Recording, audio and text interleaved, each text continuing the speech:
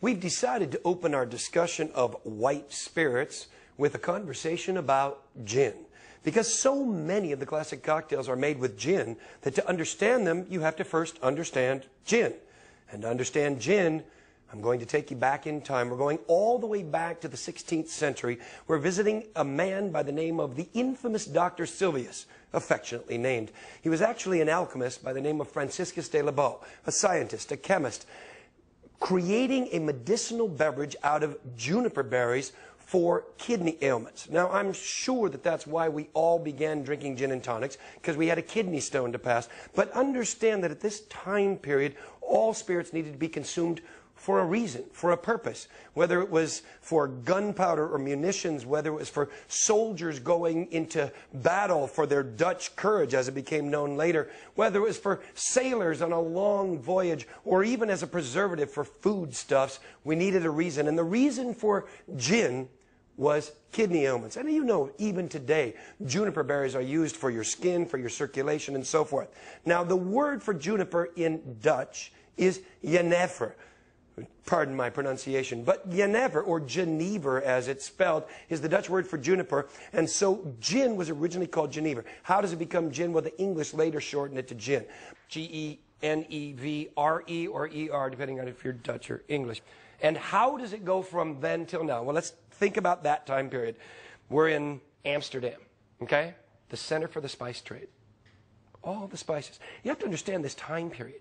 At this time, spices traded like gold. Today we use currency.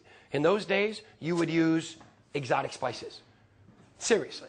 Spices came from the Far East. They came from Africa. They came from India. They eventually came from the New World, but this is even prior to that. So the spice trade is focused in basically, at this time, Amsterdam, and it's starting to happen in London. London becomes the place later. But Amsterdam is the ticket, and this is where all the spices come from. So juniper is for my kidney ailments, but what if I throw some other cool stuff in there? By law, gin must have juniper in it. But in those days, coriander, cardamom, cassia, angelica, licorice, orris, citrus like orange and lemon, all of these were considered exotic spices, and wherever they came from, the hills of Tuscany, from Germany, from the Far East, from Malaysia, from the New World, these spices were blended in to make an even more complex, even more sought after spirit that became known later as gin, or referred to affectionately as Dutch courage, for those Dutch soldiers going into battle, drinking that gin before they went in. Now, understand the time period again. We're in pot stills. And the original process would have been a double pot distillation of neutral grain spirit, making it as neutral as you can, and then using a third distillation to bring these botanicals in. That process changes, of course, with continuous distillation in the 19th century, in the 1820s, 1830s, as distillation changes. But how does it get from Holland to become such an important ingredient for the classic cocktails that were obviously an American invention, as we talk about? Well, in a nutshell, the English turned it into their own.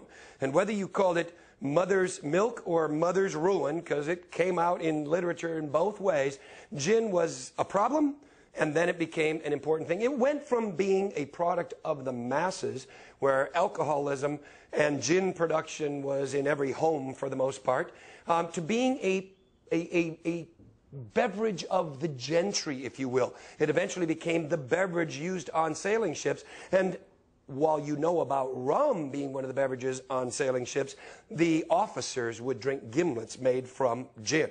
So in the late 1800s, or late 1700s and early 1800s, we see distillation make a big change. We see a style known as London dry gin. Distillers like James Burroughs and Charles Tanqueray. We see Plymouth gin becoming an important category. Old Tom gin, which is a category from those days which barely exists today, which was prevalent for many, many years, was actually a sweetened, perhaps even oak-aged gin, usually, probably, the way we think of it today, used to cover up the bad distillation from those home stills from the 1700s. Now, in the mid to late 1800s, gin starts showing up in this country. And when it does, it becomes all of the rage. In those days, it was Holland's gin, Genever, Amsterdam, as it's still called today, those names for Holland's gin. It might have been Plymouth gin. We don't see London dry gin showing up here until the late part of the 19th century, and that's when cocktails take an evolution. That's when gin becomes so important in the classic cocktails. That's when we see the martini. The Collins is a very important drink. Fizzes and Rickeys are very prevalent. And then we go into Prohibition. Now, fascinatingly enough, Prohibition is a time when we have bad connotations of gin, but also it's a time when gin becomes very popular for the masses in the United States. And the reason for that is that we're using moonshine. We're using neutral spirits because that's all we can get our hands on, unless you're buying expensive Canadian whiskey or maybe rum or tequila that are starting to come into the country. We can't get much from the British Isles, certainly not London Dry Gin or Plymouth Gin. So what we're getting instead is what we call bathtub gin. Now, of course, you're not going to be serving bathtub gin in martinis. So we see certain cocktails coming out of Prohibition that use juice. And we start seeing the use of juice in our gin. For example, the orange blossom, which is what they were drinking at the round table at the Algonquin, would have been orange flower water, orange juice, and gin. Now, gin, when we come out of Prohibition, is very, very important spirit. And quite frankly, until the 1960s, gin is the most important white spirit consumed in these United States. Post-Prohibition, gin, London Dry, Plymouth, regains its position as the single most important white spirit, maybe the most important cocktail spirit in America. We see the martini, the Collins, the fizz, the Rickey, the aviation. These drinks are very, very important to us. And as we move through the 40s and the 50s and the 60s, gin, and particularly the martini, remains an important staple in our repertoire of cocktails. But then the 60s happens. Vodka begins to usurp gin's position in that we take the gin cocktails and turn them into vodka cocktails. We enter into what we call the era of the fear of flavor. Vodka begins to take over. And it's not that vodka isn't a great spirit, it's that vodka being neutral, gin being flavorful, vodka starts to make its way in. By 1967, vodka has passed gin as the #1 white spirit consumed in America. And only 9 years later, in 1976, as you probably know by now, vodka has become the #1 spirit consumed in these United States.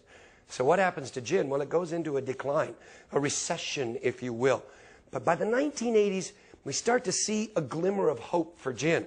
And perhaps it was our own Dale DeGroff with his Rainbow Room, bringing back classic cocktails. Other classic cocktail bars in the United States popping up at that time, like Dick's in San Francisco. And we see the resurgence of the classic cocktail.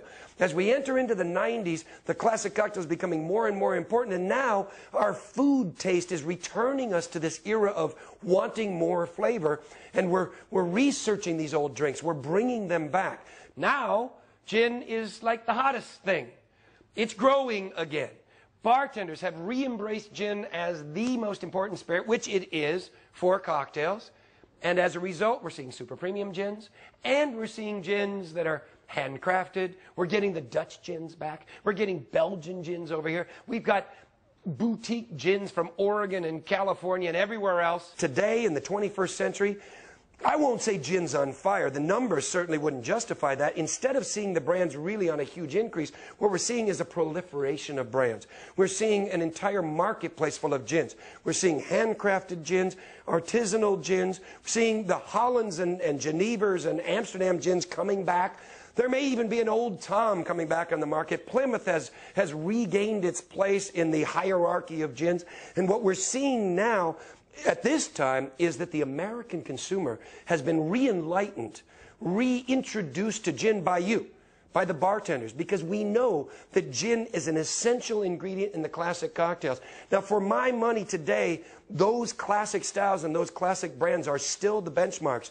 But in the future, we see an incredible opportunity for these new styles, for these super premiums, for new gins to be entered into the cocktail arena. And the future for gin, I think, is brighter than it's ever been.